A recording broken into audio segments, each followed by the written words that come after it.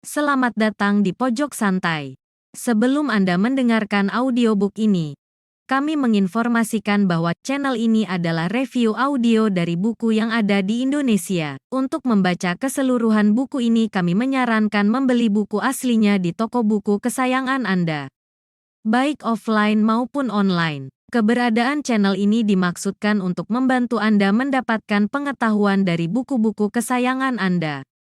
Jangan lupa untuk subscribe, like, dan komen. Selamat datang di Pojok Santai, channel khusus yang membahas komik dan novel dengan cara asyik.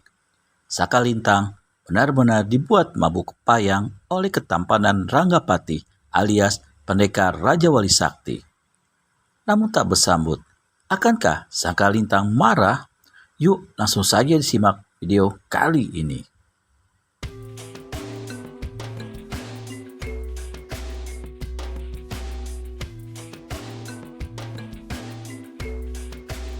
Di bangsa rumah yang paling besar di lembah Bangkai, Saka Lintang tengah hanyut oleh perasaan malu dan marah.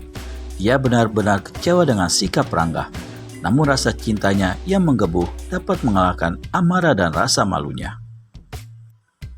Dalam hati dia bertekad akan memiliki Rangga sepenuhnya.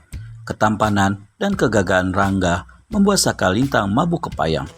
Dia tidak peduli lagi dengan kedudukannya sebagai orang kedua di Panji Tengkorak. Pikirannya selalu tertuju pada pendekar tampan yang telah menancapkan panah cinta di hatinya. Lintang. Saka Lintang menoleh setelah mendengar suara panggilan dari belakang. Kalasrenggi sudah berdiri di balik punggungnya. Saka Lintang menjauh dan berbalik. "Mau apa kau kesini?"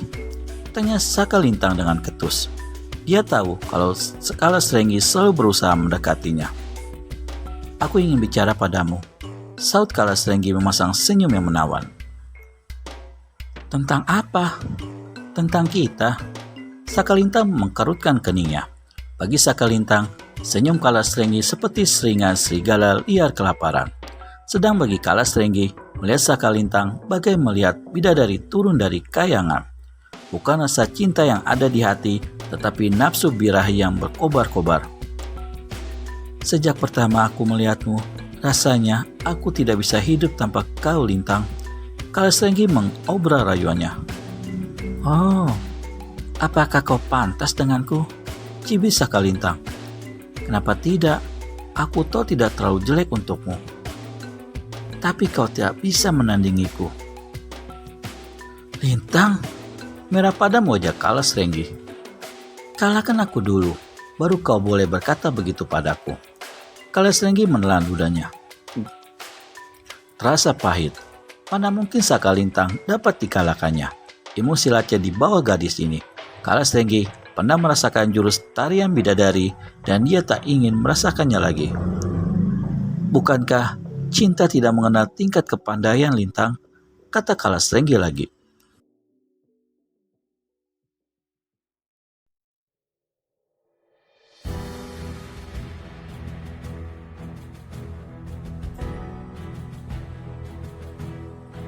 "Siapa bilang?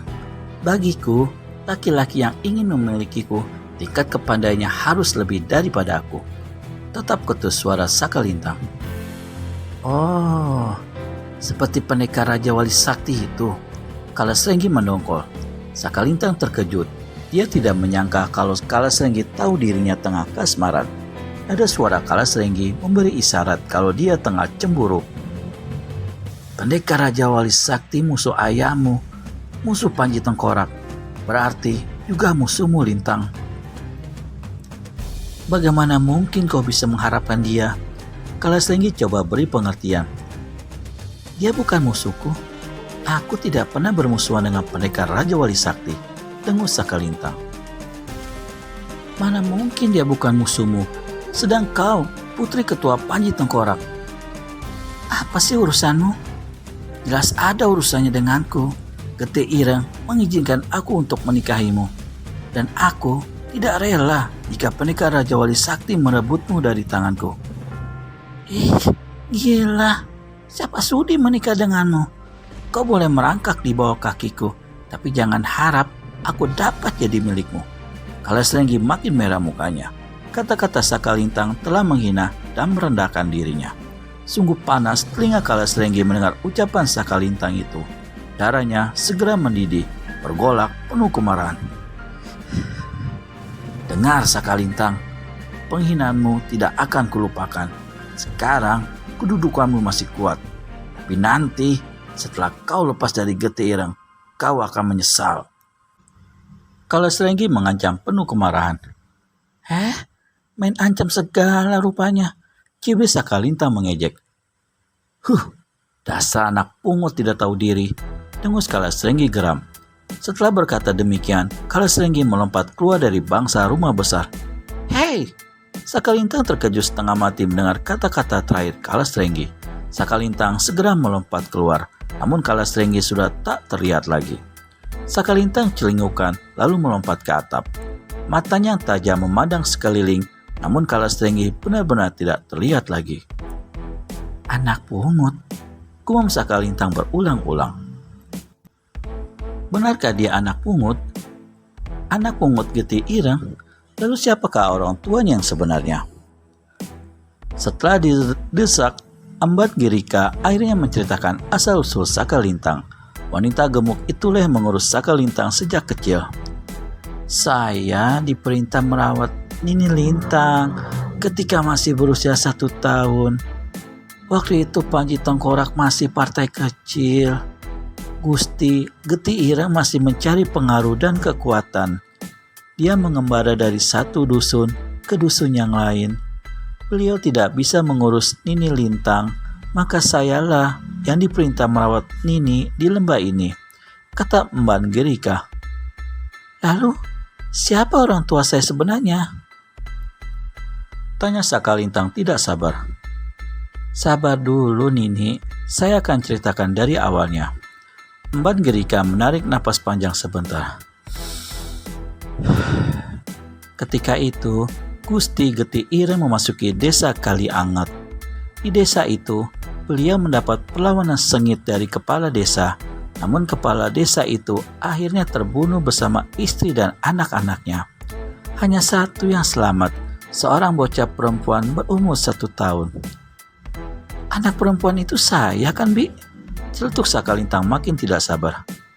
Benar, Gusti Getih Ireng membawa anak perempuan itu karena kedua istrinya tidak mempunyai anak sampai meninggal.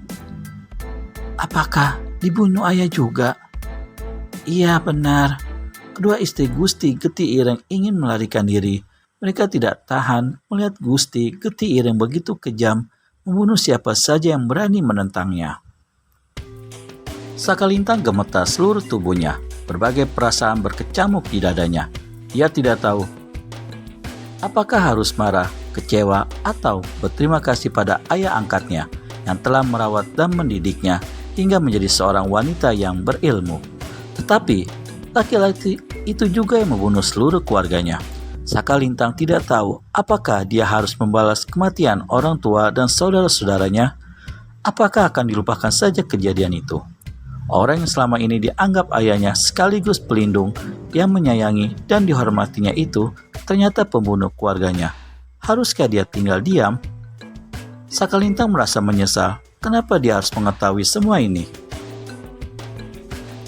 Seharusnya dia tidak perlu tahu, sehingga tidak dituntut untuk berbakti kepada orang tuanya. Bakti seorang anak yang orang tuanya dibunuh laki-laki yang kini jadi ayah angkatnya. Haruskah menuntut balas? Tidak! Sakalintang menjerit sekuat-kuatnya. Nini Lintang, apa yang terjadi dengan Sakalintang? Dapatkan jawabannya di video selanjutnya hanya di channel Pojok Santai. Segera subscribe dan tekan tombol lonceng untuk mendapat notifikasi video terbaru dari kami. Terima kasih dan sampai bertemu kembali.